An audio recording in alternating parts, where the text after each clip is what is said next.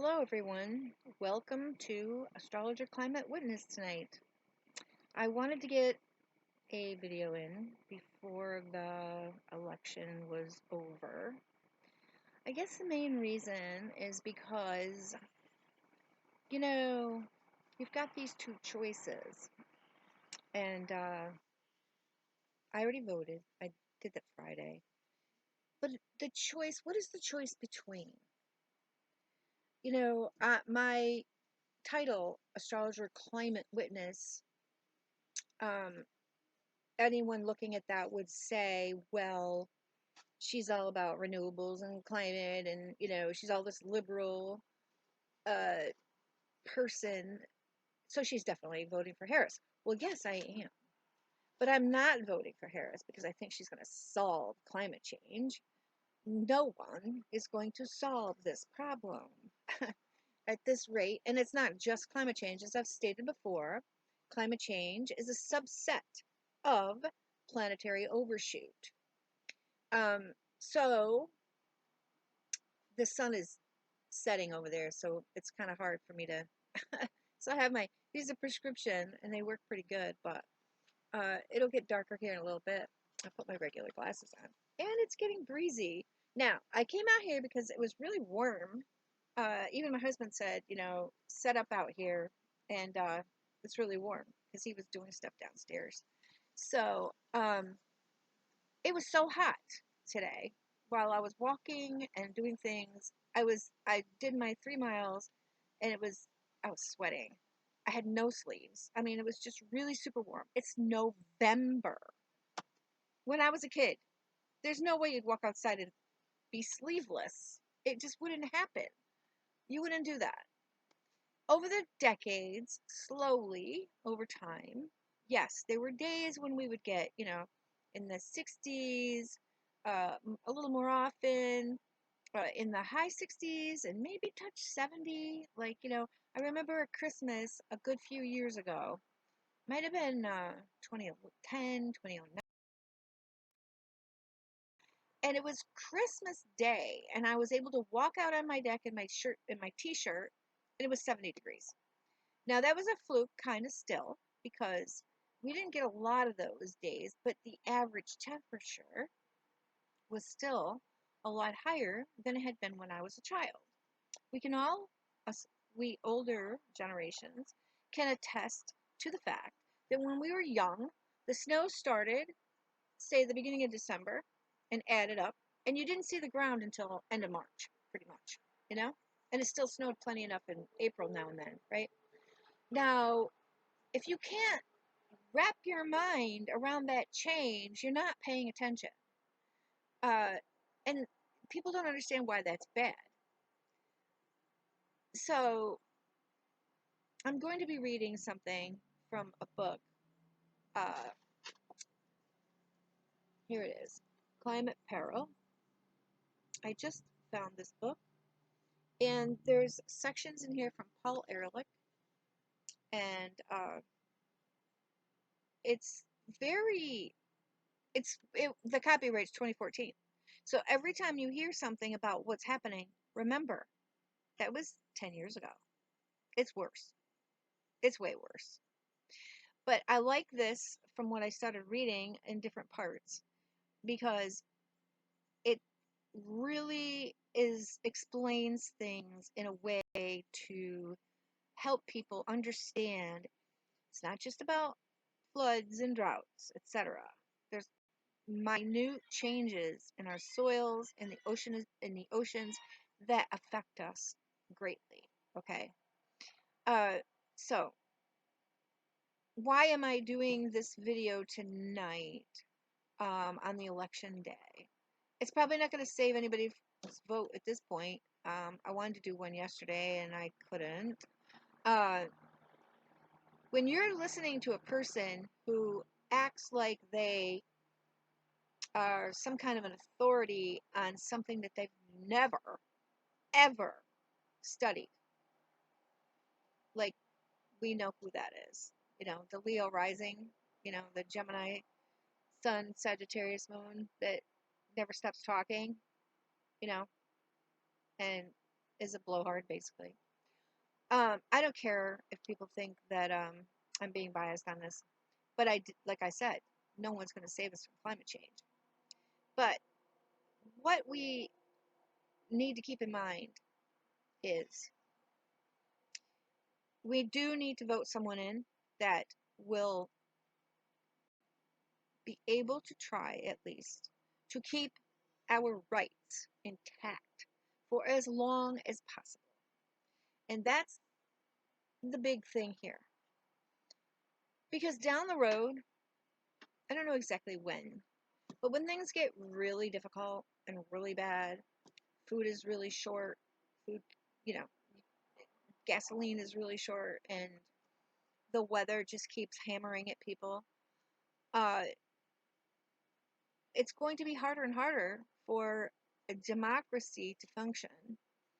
Um, they're going to have to make extreme efforts to be able to do so, but eventually that may go by the wayside.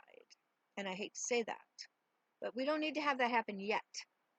Okay? So by voting for the person who cares about rights is a very important thing. By the time you see this, it's going to be too late to change your vote. But not that anybody will if they see this, probably. So let me get started here. I'm going to read from the introduction in this book. Oh, and I wanted to say, it says temperature conversion tool in here. It's right there. Look at that. You know, that's pretty nifty. I like that. Usually I just ask Google, like, about the equivalency, Fahrenheit to Celsius, etc. But okay, let me get started. The introduction is by Paul Ehrlich and Anne H. Ehrlich, his wife. If you don't know who Paul Ehrlich is, especially younger people, look him up. You'll find out. And please read a lot about it, because if you read just a tiny bit, you're going to take on the notions that were put out about him originally. So just read thoroughly, okay? All right. Climate disruption is the most widely discussed element of the perfect storm of environmental problems now confronting humanity, and well might be, while other problems are ominous, such as the increasing chance of vast epidemics, global spread of toxic chemicals, or the accelerating extermination of the plants, animals, and microorganisms that support the climate disruption, amplifies all these major environmental problems. For example, it exposes people to more diseases by increasing the geographic range of nasty tropical pathogens.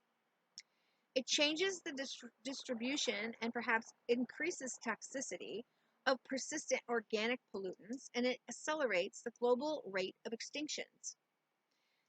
That leads to the breakdown of natural ecosystems and disruption of human food production and water supply systems. Because climate disruption is caused by human generated processes and land use changes that civilization heavily depends on, yep, we're stuck in a predicament. And because it has such far-reaching effects and connections, climate change is almost certainly the most complicated issue ever to confront the modern world. Climate Peril is an excellent introduction to the complexities of both the causes and the consequences. Dr. Berger explains the connections between industrialization, habitat destruction, population growth, personal consumption, and climate change. The book covers the wide range of climate change issues that we have been concerned about for many years, especially the often overlooked interactions between human population growth and the climate system. Consider that each person added to planet generally will require more resources to make their car, to make their house, to paint their house, to redo their bathroom, to have a job that they make trinkets at or whatever, okay? Food, energy, and will emit more greenhouse gases into the atmosphere than the last person. That's because people pick the low-hanging fruit first.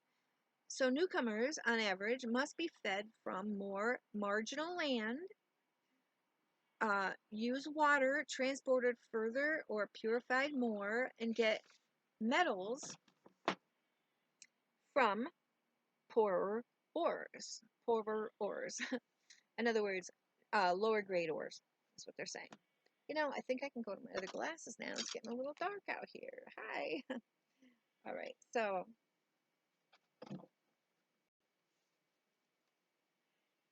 see, I did get a little distracted there. I didn't get to mention why I was doing this. It is because of the election. Like I said, not because it's gonna reach people before you vote, but at least maybe you will see from what you might learn here the difference between the two people in regards to our human dignity. But that's not the only reason that I'm reading this and doing this video tonight. I'm doing it because, okay, the astrology part of this is Pluto, death, rebirth, and regeneration. I've mentioned plenty of times, has to do with the positive of that is to make those changes, those drastic changes that go deep within us. And it also does have to do with evolution. Now, there's biological evolution, there's mental evolution, there's uh, emotional evolution, sociological evolution, there's all kinds. We haven't done a lot in regards to our sociologic evolution. We've done some. But if people can't incorporate within their psyches what we're experiencing and why, we're we're just going to go down because we're going to go down. Anyway, we're going to go down not having learned the lesson of who we've been. Okay. So, Pluto, the death part, in the sign of man, Aquarius. And I know I've mentioned this before, but it's just so evident at this point. It has to do with we are in the sixth mass extinction. Okay, that's a fact. 200 species go extinct every day right now. We're losing the insects. You lose the insects, you lose food. So when Pluto was going through Capricorn, we had a little bit at the beginning of that period to make changes in the way we handled resources. We could have changed our civilizational Capricorn organizing, the way we organize civilization. We could have transformed it somewhat to maybe slow the processes down, although it still was pretty late in 2008 when Pluto entered Capricorn. It was pretty late. But with Pluto in Aquarius, the sign of man, the sign of humans, I don't think we're going to stick around that much longer. And this is what the science says. Now, we could come through a bottleneck, look that term up, bottleneck. Very, very, very, very few humans living through the absolute destruction that's coming. Or,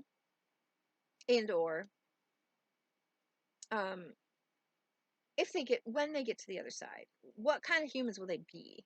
will they have evolved? Will they understand what really went down? I'm pretty sure at that point, anybody who lived through it might have a good understanding of what happened and why. That it didn't have to be that way. You know, decades and decades ago, we could have done something different. Because again, as I've mentioned, uh, we knew that CO2 was going to change the climate.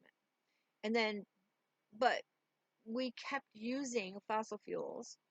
This 1850s, Eunice Foote, she's the first one that did the experiments and knew that CO2 was going to change the climate, or could. But anyways, I've covered that before. Um, so, but nobody paid attention. Originally, because the world economy was like a baby, it wasn't that big. They didn't think it would happen for a thousand years or something. But nobody realized how quickly, how exponentially fast the world economy would grow using fossil fuels, especially oil. Okay, it grew exponentially fast. And that meant using more and more fossil fuels and putting more and more CO2 in the air much, much faster than anybody had ever dreamed. So here we are.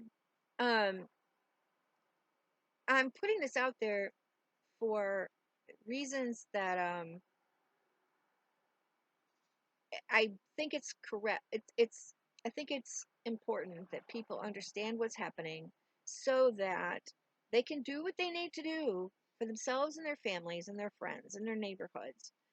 You need to really, I'm not talking about prepping necessarily, like, you know, guns and all that. I mean, whatever, it might be necessary down the road somewhere. I hate to talk about that, but we have to face a reality here. Um, there's people at the top, money people. We know who they are. You know, the hoarders of money who don't really care anymore. They, it's like they just got sicker and sicker the more money they obtained, right? And we know who we're talking about, right? So they are trying to grab the reins of power because they know what's happening. They know what's coming. Uh, I don't I don't want people to be left without some kind of understanding on a deep level of why, because you need to teach your kids and explain to them why in the not too distant future they can't have the life that we had, why they're not going to be able to have fulfill their dreams like we did to some extent, right? You need to help them understand that. So then what you do is you help them make new kinds of dreams based on what we're living now, okay, or in the future. You need to be able to give them some kind of joy and some way to emotionally deal with the life that they're going to be living through. Okay, this is really important. Pluto in Aquarius.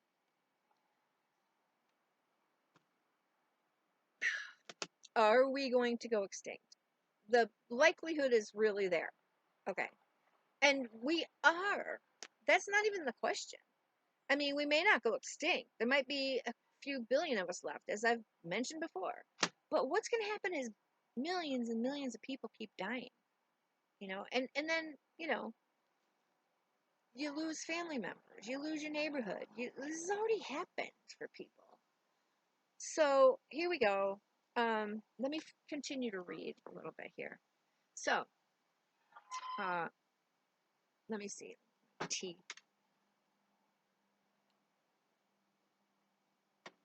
Okay. The acquisition and manufacture of virtually every material object that that person uses, every trip in an automobile or airplane, and every meal that he or she eats will lead to the release of additional carbon dioxide, worsening climate change. Our food system itself is responsible for roughly a quarter of all greenhouse gas emissions. Increasing food production will cause more greenhouse gases to be emitted. but they, in turn, will likely have a malign effect on human beings by reducing harvests. Atmospheric warming and increased adverse weather are already reducing crop yields in many parts of the world, and higher temperatures and CO2 acidifying the oceans is endangering what's left of their bounty, which isn't much, I'm telling you right now. Typhoon Haiyan in 2013 was likely so huge and powerful because of the roughly 1 degree C global temperature rise since industrialization made the western Pacific Ocean warmer, and warmer ocean makes storms more intense.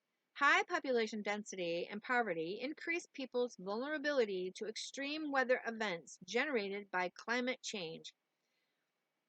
The high population density of the Philippines and its poverty made the impact of Haiyan disproportionately worse than it might have been in another society, although still a lot of people would have lost their lives. Large numbers of people were living in exposed areas, often in fragile wooden shacks that were blown away by high winds or washed away by storm surges. The result was thousands of deaths and hundreds of thousands of left homeless. Similar effects were seen when Hurricane Mitch struck Honduras and Nicaragua in 1998. More than 20,000 people died or were missing. Many, if not most of them, in those less developed nations were poor people living in exposed hazardous situations, such as river valleys below steep or overgrazed hillsides. Of course, as economic, technological, and social forces along the demographic pressures have caused more and more people to move from rural to urban situations. Almost half of the human population lives in coastal areas. It's getting a little dark out here. Okay.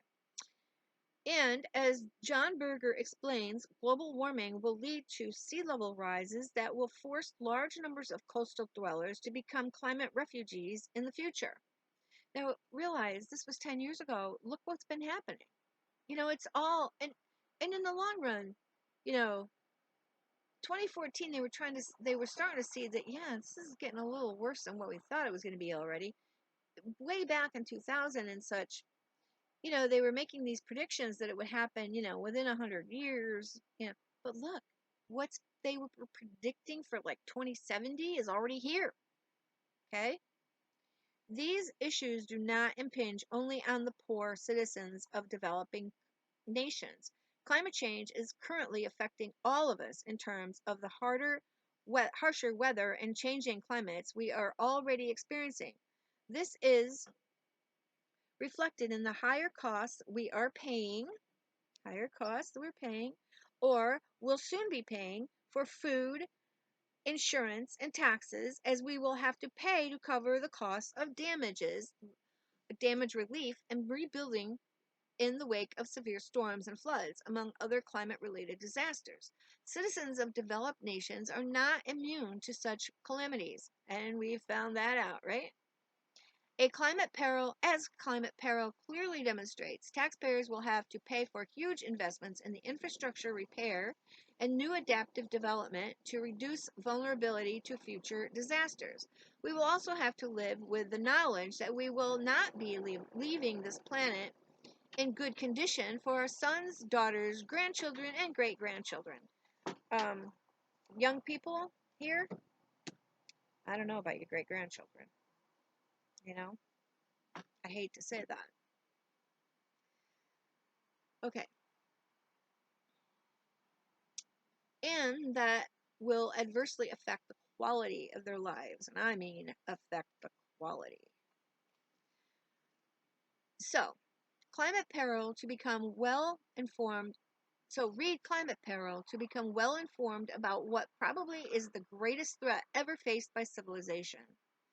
By the time you are done, perhaps you will agree with us that the only long-term solution is not only to curb greenhouse gases or emissions, I should say, and find alternative ways to provide energy and produce food and other goods, but also to deal with the rapidly rising global population and the desperate poverty that are making both climate disruption and resource destruction ever worse.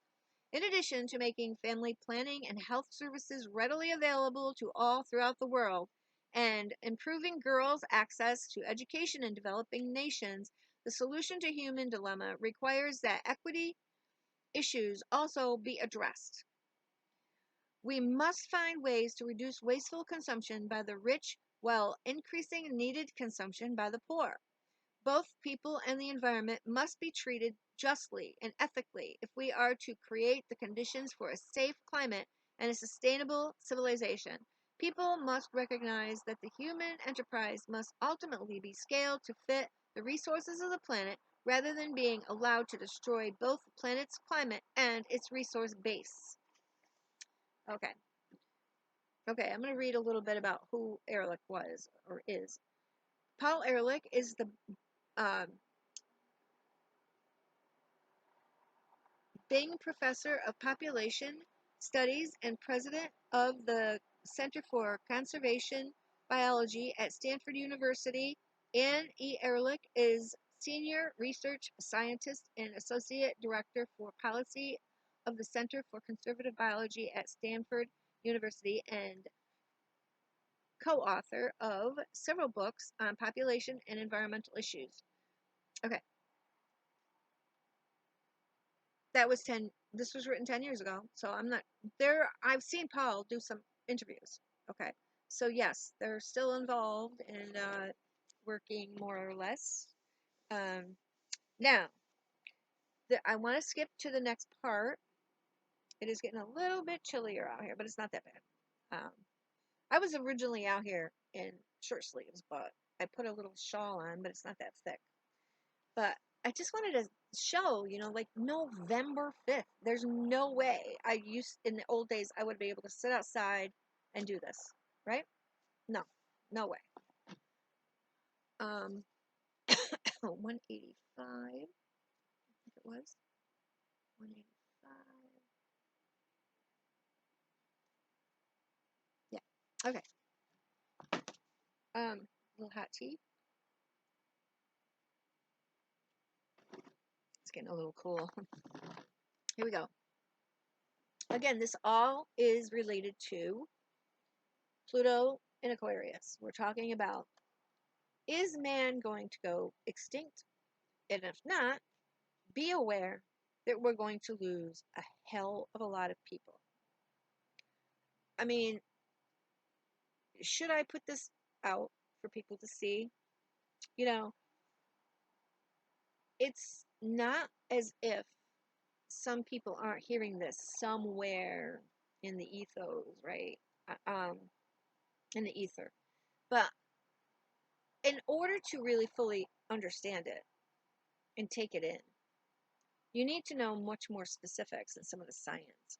Sometimes, when people hear, oh, humans are going to go extinct, they go, yeah, whatever. And it doesn't sink in. It doesn't seem real. It's just somebody saying that, somebody's opinion.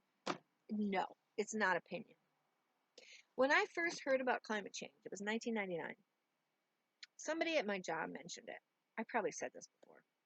And we were like, oh, good. New York will be more like North Carolina, maybe, because we were like, oh, yeah, it won't be so cold. We had no idea. I had no idea what that effect would mean, what the effects of a warmer area that I lived in would mean. I was in Long Island at the time. But it's very involved. People need to learn why that matters, why it's bad. Again, it's not just the climate's changing. Remember, it's the speed of change so that animals and plants and insects cannot adapt fast enough. And neither can humans because it's going to affect our infrastructure that keeps us alive. Okay? Our infrastructure, our water delivery systems, our transportation. I mean, yeah, we need cars to go to work and get our paychecks. I mean, it's going to affect so many things. And when I say transportation, I'm actually referring to the peak oil situation. But we're not necessarily going to cover that tonight. Okay, let me start this.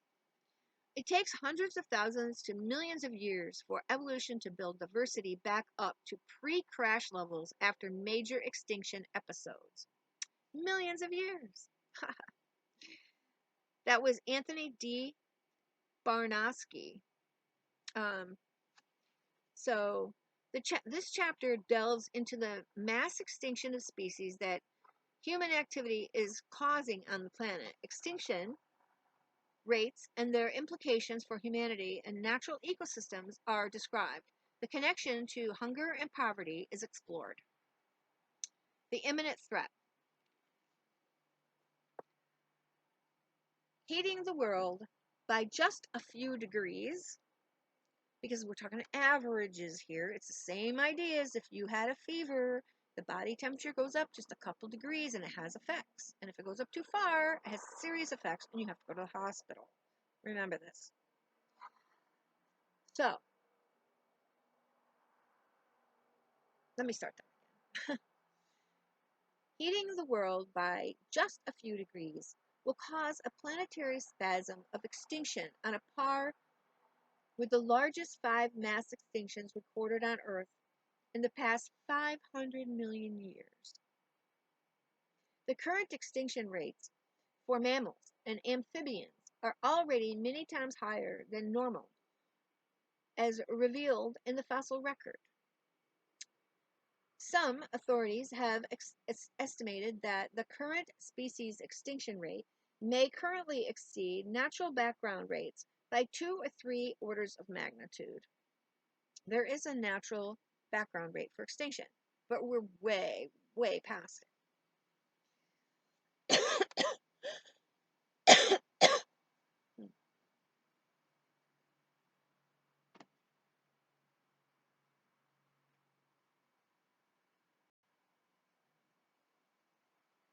Okay. We have thus apparently begun the world's 6th mass extinction, or mega extinction. The causes are complex and transcend climate change. They include, ready? Habitat loss and fragmentation, prodigious human population growth, 4.5 billion newcomers to the planet just since 1950. Okay? Widespread pollution, overharvesting of species by hunting, trapping, and fishing, disturbances to natural ecological processes, and the degradation of many native ecosystems by invasive species. All these factors combine with climate change to increase the extinction rate. A quarter of all Earth's terrestrial, plant, and animal species are thus extremely likely to die out over the next 50 years. And half of all the species on Earth are extremely likely to disappear forever by the end of the century if we continue to increasing emissions along our current emissions trajectory. Unfortunately, biodiversity, when depleted, recovers even more slowly than does a disturbed climate. Earth's species are the end result of millions of years of evolution, and thus it will take Earth millions of years to replace the biodiversity that humanity appears likely to destroy through climate change and other means in a matter of decades. Okay. Now, you hear how they said, it takes millions of years for a species to evolve into what it is at the time? It's us too. Do you think that if we go away, I've heard people who don't really understand this too well, they'll say, and we won't be coming back. Well, no, we won't. The evolution is caused by stresses of the environment on the organism. So whatever the environment is, creates the person or the species or the individual in the species. Okay, so there's going to be completely different environmental stresses, conditions on whatever comes after us, and it won't be humans. It'll be something else. Okay, so once we're gone, that's it. We're not coming back, folks. Okay, okay. Um, Earth. Oops. If this mass extinction occurs, many surviving species will be greatly reduced in abundance and range, either because they will be unable to withstand the rising temperatures on the warmer portions of their range, or more frequently because they will be unable to survive the ensemble of other ecological changes that climate change will bring. These adverse conditions might not only include direct climate impacts, such as abnormal precipitation and an increase in extreme events, but also ensuing changes in food supply, disease, competition, and predation. These challenges will be compounded by increasing human encroachment on the natural environment as human population heads towards 10 billion people by the end of the century. We're not going to get there. Okay. With species declining so rapidly in both number and abundance, the structure and functions of ecosystems will be disrupted. Ecosystems services such as the pollination of plants, essential to the health of the biosphere and to human welfare, will be reduced. And that's an understatement. Okay. So, let's see. In a world where more than 2 billion people already live on less than $2 a day, and more than 925 million already do not have enough to eat, anything that diminishes food supplies will create more hunger and poverty. All right, I want to say something here. I might have brought this up before.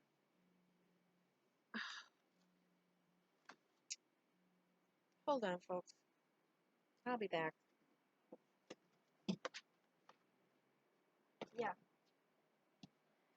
yeah.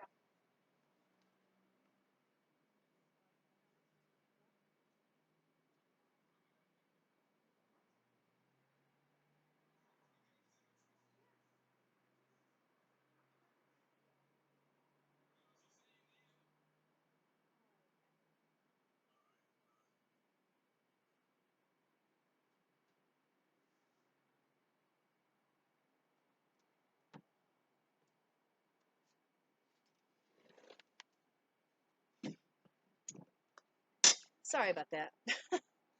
Really. Okay. He was not supposed to come for that. Okay. Sorry. All right, let's go. Oh, what was I saying? Um, so think of it this way: the United States, the developed countries.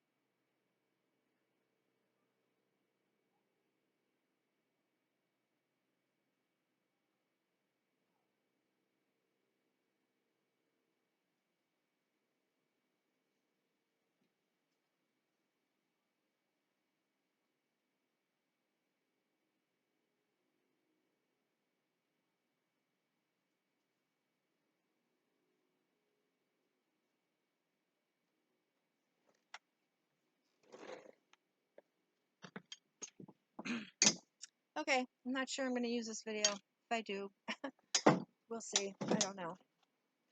So, that's my little solar light there. I am not happy right now. So, let's see what we got here. I was saying the Western developed countries have been able to benefit hugely from the fossil fuels, whereas people in less developed countries and very undeveloped countries have not. But not only that, that's not even the main issue. It is, but it's not. Um, we have gone to their countries and ripped out the raw materials that we want, energy needs, and ores and all that kind of stuff, diamonds, gold, all that, and we used it for our own benefit. Now, what we do is we buy off the rulers, the leaders, whatever, pay them off, and they get rich. Very small population gets rich, and the rest of the people suffer.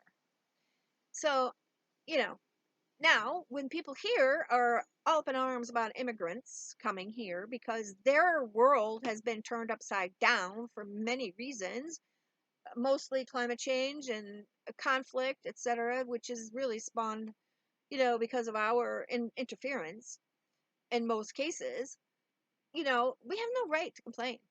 We destroyed their homes. We did. Now, personally, you didn't. Okay. You didn't know. You didn't realize. It takes a long time to come to terms with all of this. It did me. Once you start reading all of this stuff, it slowly starts to gel together how this world is working and has been working. Some people don't care.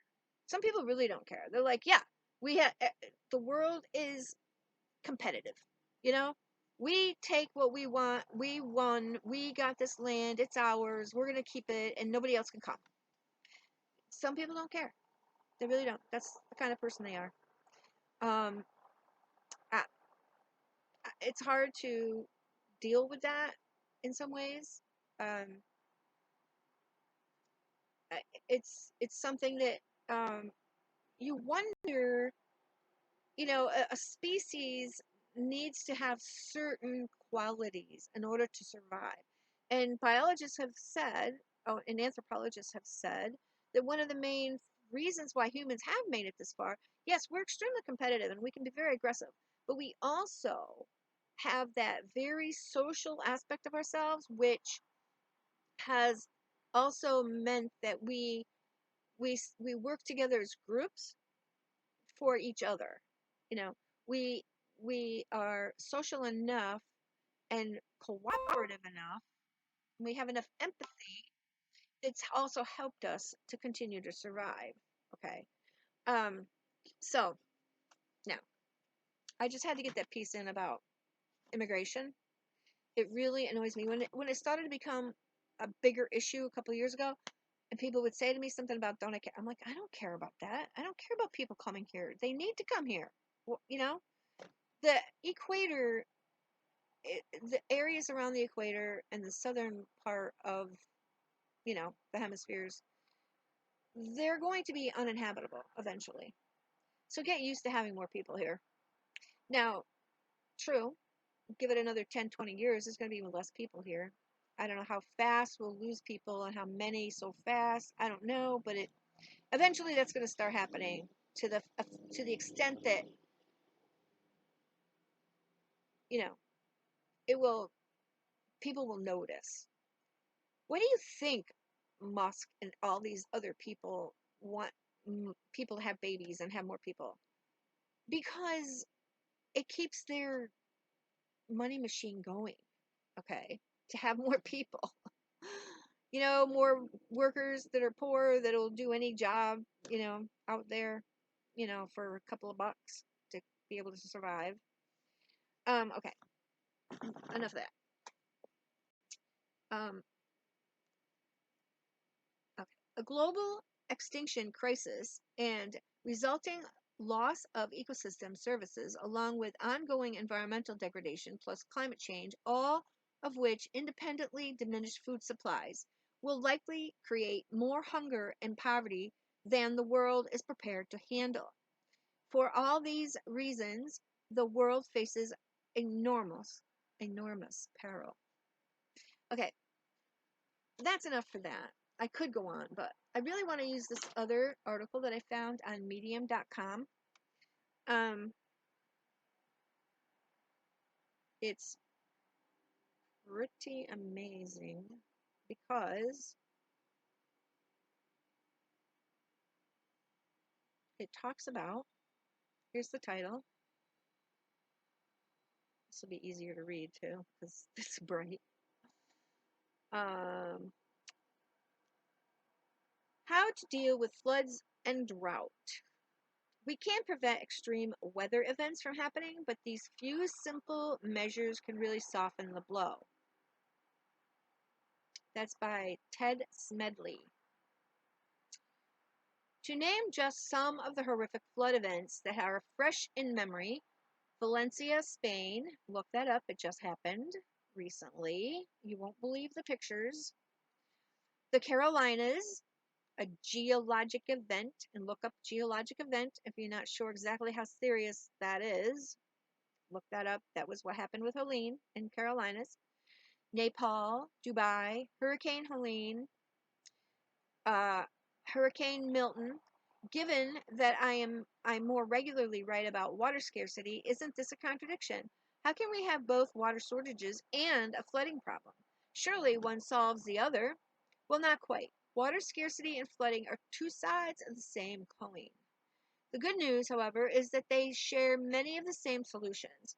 Trying to prove that climate change caused an extreme weather event, such as Helene, is difficult. Albeit, there is a whole new strand of climate science called attribution studies, which attempts just that. But proving that climate change made Hurricane Helene or any extreme rainfall event such as Valencia stronger and more devastating is comparatively straightforward. A warmer climate creates more evaporation, holds more water vapor in the atmosphere, and causes more intense rainfall. It's the water cycle, but not as we know it. It's different. The water cycle has speeded up. In fact, 7% more moisture is added into the atmosphere for each 1 degree C rise in the global mean temperature. So this is 2014. They were still pretty much saying we were at 1 degree C above pre-industrial temperatures. Now we get a little variation. Some say 1.2, but that's really, I think they need to update that. Other people are saying we've either at 1.5, El Nino over the past year and a half or so before this raised the temperature because it is a heating event, but they can't explain the extreme heat we've been having just by El Nino. Okay, there must be something else going on. I'll be reading some of those articles next. Okay, so that's 7% more water vapor coming down as rain. For the one, right now we have about, like I'm saying, 1.5 degrees C, probably. Even if it's 1.4, it's pretty close. So look what we have. I mean, look at the rain events that we get now. Now just think, if we go to 2 degrees C, it's going to be even more. That'll be 14% cut and dry. 14% more rain, more moisture in the atmosphere. What happens when we get to 2.5?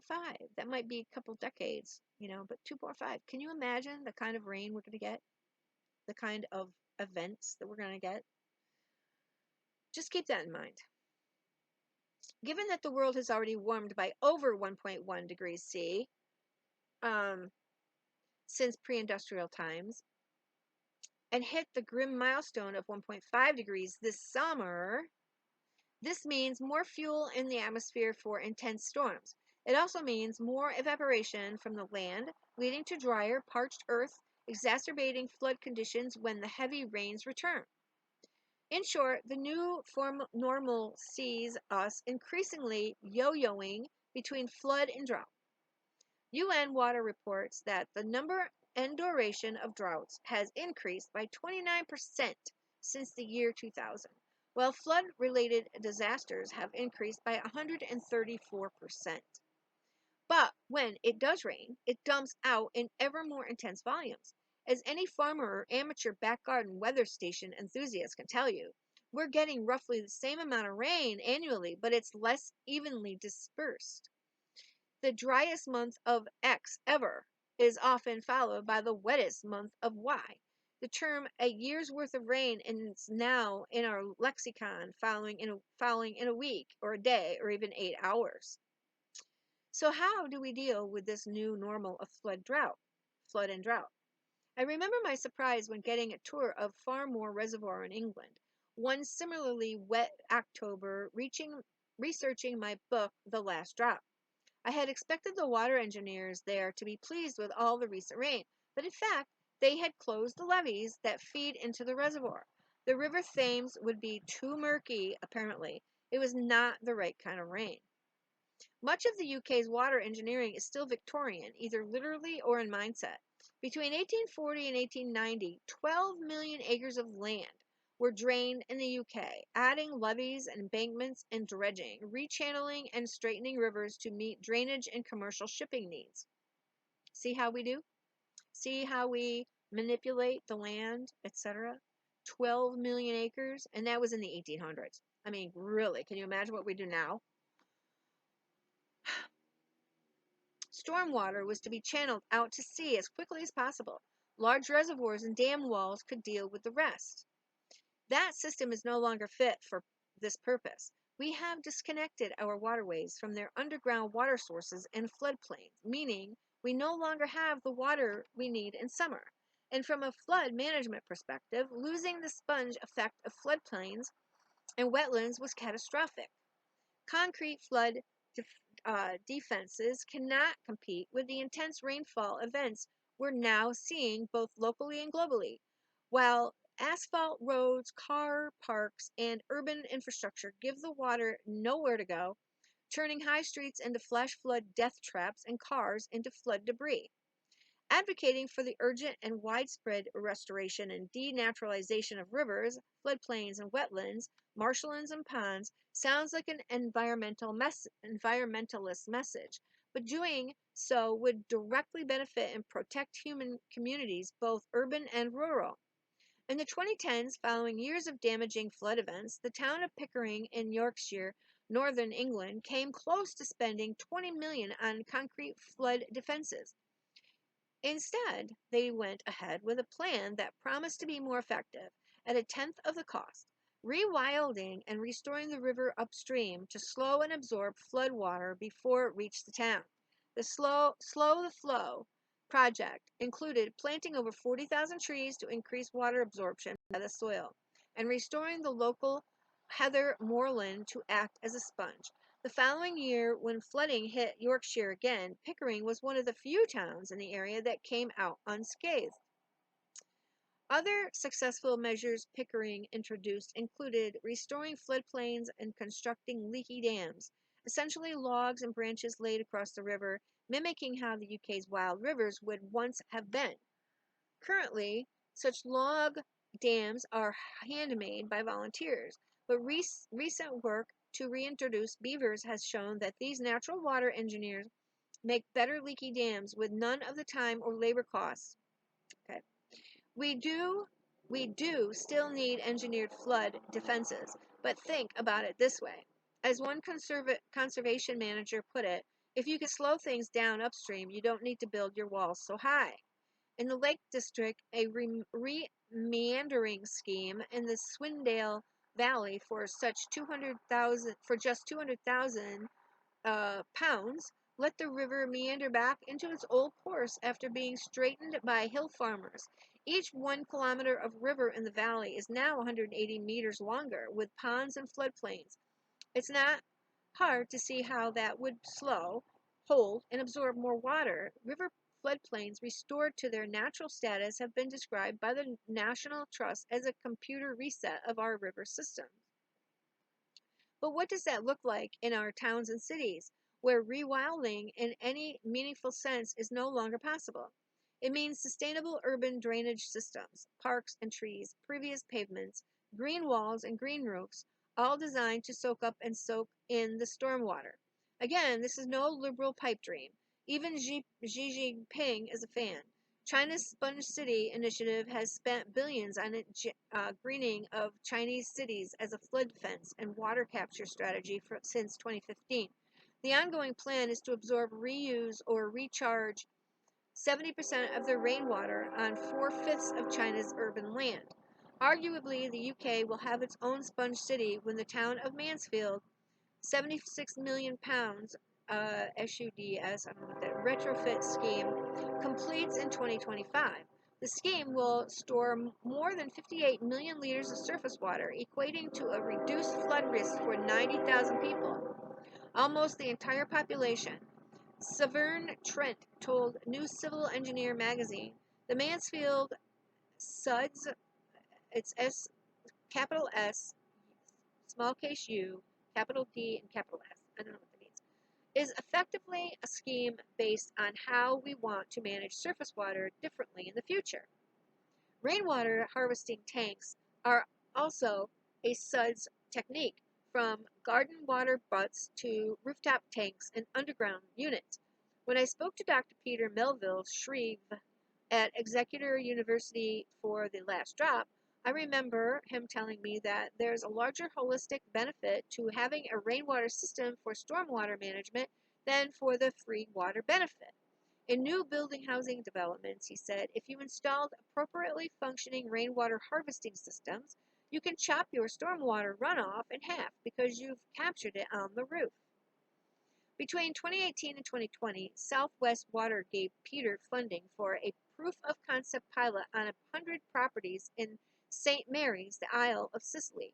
The year-long pilot evaluated the benefits of rainwater collected from the house roofs and stored in 600 to 1,000 liter tanks, internet connected using Peter's own patented system, which communicated real-time data. When the tanks were full, any additional rainwater spilled back to the drainage system, and if the tanks ran empty during dry periods, they would automatically top up with mains water, meaning that householders never noticed a change in service level, what Peter calls fit and forget. Peter's system could even drain the tanks in anticipation of a major storm event to avoid overwhelming the sewers. The water savings alone, not even taking into account the wastewater and stormwater benefits, came to a staggering average saving of 54 liters per day per household. But there was also far less runoff to overwhelm the sewage system, the very overwhelm that water companies have blamed for the sewage crisis.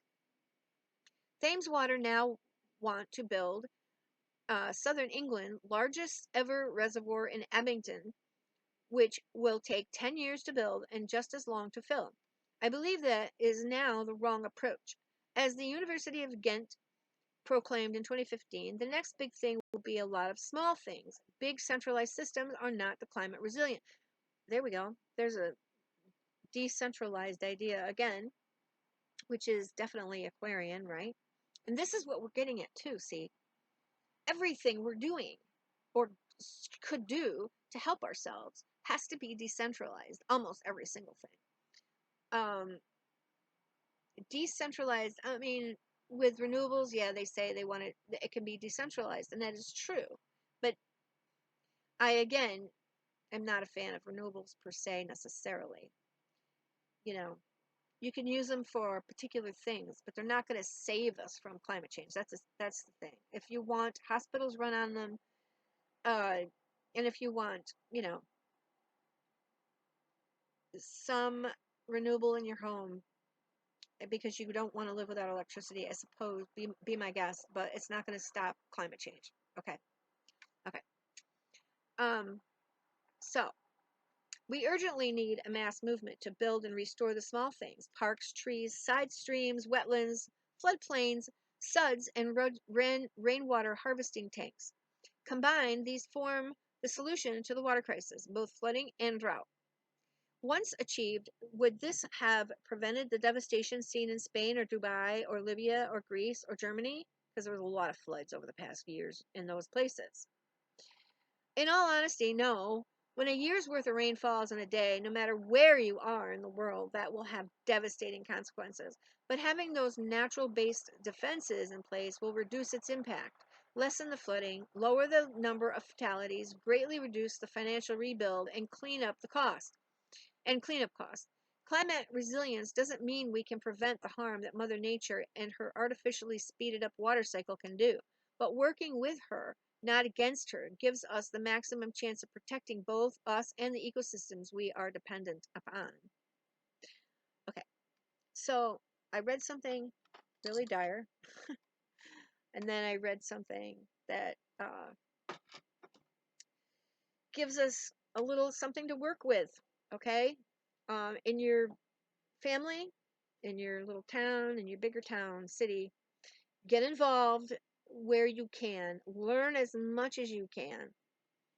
I mean, it's going to get very difficult, but the more, there's a saying, was it Edward Abbey? Do I have this right? Said, the antidote to despair is action. Okay. So, again, we're not going to stop this, but what you can do for yourself and those close to you and your community is to work as hard as you can to work with Mother Nature. Okay. And if we do things locally and learn as much as you can, small areas will get by better than areas that are not doing anything. Okay. So that Pluto and Aquarius, we're going to lose people. How many? And the one thing I've said before that scares me the most are the nuclear power plants. I just saw another video today where a biologist was talking about this. He's very worried about them. I cannot believe we made all these 450, I think there's 425 working now, I guess, around the world. And they're trying to make more. They're trying to make these small ones. That company, New Scale, that was out and about a few years back, that's out of business. Yeah, I was reading it yesterday. They ran into all kinds of trouble. They're not there anymore. But so learn what you can and don't poo-poo these things. You know, where's Pluto in your chart? It's in my ninth house, in Virgo. Yes, I'm in that generation that where the biggest effort began as far as taking care of the environment. That's very Virgo, okay? And but it's intercepted in my chart. So what was it that opened up that Pandora's box for me? I think it was the internet. When Uranus was going through Pisces, it's my third house, intercepted, but it woke up a part of me where, I love to read and study. I always did. But when I got the internet, what did I look up? Shopping sites? No. I started with astrology, which I already knew a lot about, but it was like more right there. But I also found uh, information to learn about our environment and what's happening. To me, that was the important thing about the internet. So I'm sorry about the interruption. I don't know if I might actually post this. I might have to watch it and see how bad it is. I got off to a little rocky start too. The light was weird at first, and then it got dark, and yeah. Anyways, learn everything you can, and then you're gonna have to help your children understand. I know you don't. Nobody wants to scare their kids, but if we teach our kids proper behavior in regard to nature and change their expectations, you know, I mean, why would you bother to take your kids to Disney? Flying on a plane, and all the energy that it takes to run Disney. I mean, really, that's so fake. We have to change our expectations, change our behaviors. There's no way that's an important thing to do for your kid. I'm sorry. It's just not. If you want to get them some books about Disney, fine, whatever. Make your own little puppet shows at home, you know? Um, and make your own costumes for, Mickey and Minnie and everything. Do that, anything like that. It can't we can't expect things on the mass scale anymore. Mass scale is bad. Just remember that. Anything small and local, you know, it's harder for people in towns and cities, I know, because you don't get out in the green space as much, but as much as you can, try to go into your parks, whatever little green spaces, and then take a little car trip not too far, outside of the city to find what you can. to show your kids and teach your kids and get them used to being in the dirt, in the green, flowers, animals, trees. Um, that's if it's second nature to them, it'll be much easier down the road for them. And if you can, I know this sounds really dire, but if you can, let go of living in the city. Work on that. Make small little goals toward trying to get out of the city. They're not sustainable, and it's not going to be a good place to be eventually. So, I liked living in Long Island and Queens. Um, I even worked in Manhattan when I was like 2021. But and like I was saying, um, maybe in the past, I loved that you could go to Manhattan and you're walking places and everybody's going with their own purpose and everybody going by each other and it's all this mechanistic, but yet it was kind of cool, that everybody did their own thing and we all got along. Sure, there was the now and then somebody walking in front of a taxi and you hit the trunk, I mean the hood, but I mean in general, it just seems so cool to me that everybody got along in this. It was like little ants, and we did our thing and walked by and went here and went there, and it was just pretty interesting to me. But it's true though, the cities are not sustainable. They take all the resources from outside the cities and you bring them in, and the more, now of course it's global. Why you're not getting your stuff from right outside the city? Sure, there's a few restaurants now that use, farm to table or whatever, but that's still very unique, you know. Um, Work on trying to get out of the city if you can. Even a pretty big town is not going to be a good place. You have to have a small town and or rural. Okay, I should probably go. Um, Thank you for watching Astrologer Climate Witness, and see you next time.